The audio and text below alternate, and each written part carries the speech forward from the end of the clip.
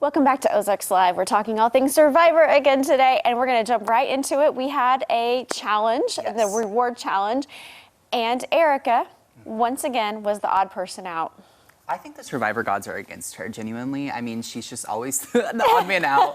I don't think she really has, like, an alliance in the game just yet still. But she's still hanging on. She's still there. She's still there somehow. But what's crazy is, so Xander is like, hey, Jeff, actually, what if I take her place? And Erica's like, no, seriously, like, you don't have to do that. You don't need to do that. But he does it anyway, of course. It looks like he's giving something up by doing that and being, so, such a gentleman. But yet I'm like, hell, he has an angle. There's no way he's doing this without an angle. Yes. And he says in a interview that he did do it with, like, a purpose of maybe I can rally the losers of the game. There's the angle. Which I was like, that's really interesting. But the interesting part about this challenge, who really cares about who won?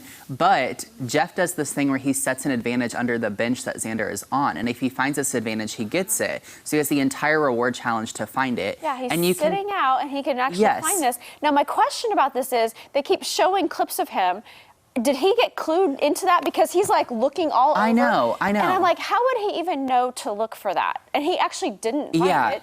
Amazing. Yeah, no, he didn't find it, but that was what was weird to me, is he kept looking. But it was like, if he just would have looked just a little further and like stuck his head under the bench or something, he would have found it, but he didn't, and that was really interesting. And then it was kind of funny because they've done a lot of breaking the fourth wall this season, and Jeff's like, sorry, should have done better, and that part really made me laugh after the challenge was over. I wonder if he's going to plan. I thought he'd plan it somewhere else during the episode, but he never did. Yeah.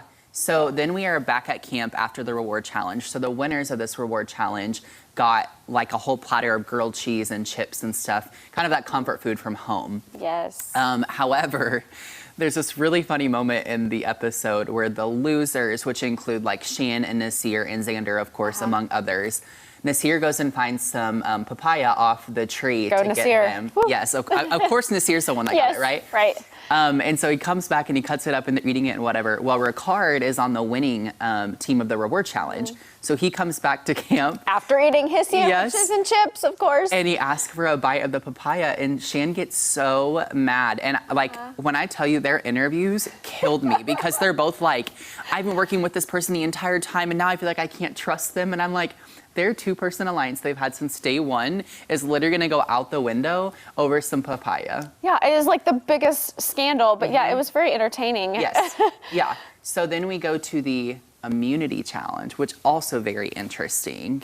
Yes, so in this immunity challenge, Jeff, there's another, twist there. So he said if enough people step out of this challenge, then he's gonna give a full bag of rice, like, to the whole group. Yeah. And so we have a couple people walk forward, but yet he's like negotiating how many people that's going to be. Yeah, they keep waging numbers, which is weird. Yeah. And so ultimately we did have, 4 people step forward? Yeah, so it was like Shan, Xander, Ricard, and Nasir all end up stepping forward. And the only reason that Jeff even goes with it is because finally Xander's like, okay, what if I step forward and then we do forward, da-da-da. And Jeff's like, well, I really respect the negotiating and the going back and forth, so we'll take it. So because of that, they could not get immunity. However, because they stepped out and gave up their possibility of getting immunity, got rice. Everybody got rice. Yes, which is amazing. Now, the crazy part about this immunity challenge, first of all, it lasted all of 4 minutes. They said that on the episode, which he was like, was one of the fastest challenges you've ever done. Yeah. But the most shocking part is it came down to Heather and Evie. The two I would not expect to win. And it's funny because last week I told you how irrelevant I thought Heather was. And then this week she pulls through with almost winning the immunity. That's right. And my money was on the professional football player, but he did not get it. It was Evie that eventually, within 4 minutes, won that immunity. Yes, and so by Evie winning, it kind of caused chaos at camp again, which just seems to be the theme of this season. Right. Because Evie was their target to get out, is what it kind of seemed like throughout the whole episode.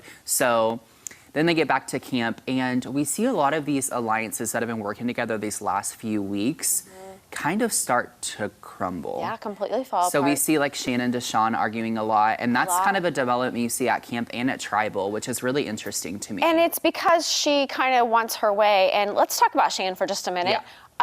she's kind of, I feel like, evolving, and we're kind of seeing the side of her where she is definitely coming out and just kind of telling people what to do, and that's not going so well. It's not. I think that a lot of people are seeing it as that she's controlling and that it's like her way or the highway, which kind of makes me nervous because Shane's been one of our favorites the entire time. And I'm really nervous that it's going to come back to hurt her in the end and that she could be the next one out or out before the final. So then we go to Tribal. Once again, Tribal blows up, shocker. But it blows up because they're there and they're about ready to vote. And it's honestly a pretty tame Tribal council, right? And then Heather whispers in Erica's ear. Which Heather's not one to cause any trouble. So that was weird. Because of that, they all freak out and they all get start up, whispering, playing tag, hide and go seek in Tribal council. And it is just all over the place once again. Now, ultimately, amid all the chaos, they make you think that someone else is going to get voted out, but who gets voted out? Tiffany. Tiffany goes. Tiffany's the first member of the jury. I was actually shocked by that because I was not a fan of Tiffany. But as it's gone on and on, I actually have become more, I've respected her more. Yes, I agree. She's the first member of the jury. I'm excited to kind of see who gets voted off next. But before we wrap today, we wanted to talk about, there was a really interesting open letter that was released by a former contestant this week. So Denise Stapley's season 25 winner, which was Survivor Philippines, she wrote this beautiful open letter to the current cast, basically talking about how in 25, she gave her all. She had a lot of grit. It was physically challenging, but she was like really in it to win it, and she ended up winning. Well, then she comes back to Winners at War, which was season 40, and she says it was very just like emotionally tolling on her, and it kind of like sucked the Survivor life out of her. And that season 41 is kind of restoring that faith in Survivor. She's like, I don't care about all the twists and advantages. I don't care that like none of it makes sense. She's like, you guys are giving me that love back that I loved. And it's a really interesting letter, I thought. She reminds us it's a game. People are going to be nice. People are going to be mean. I think that translates into real life. We have to be able to roll with that. And I appreciated that it wasn't just a physical challenge for her, but it was very emotional. And I mean, that's something that we all have to struggle with. And I think that was something that she took away from that game. And again, it's a game. Yes, absolutely. Enjoy it. Enjoy it for what it's worth. Yes. So thank you, Denise. We appreciated reading your letter this week. We did. You should read it. Look it up. Yes, you should look it up. It's on Twitter if you want to find it. But that is all for this time with Survivor. So as always, you can catch up on Paramount Plus or CBS.com, and you can catch new episodes of Survivor every week right here on Color 10. That's right. We'll be right back.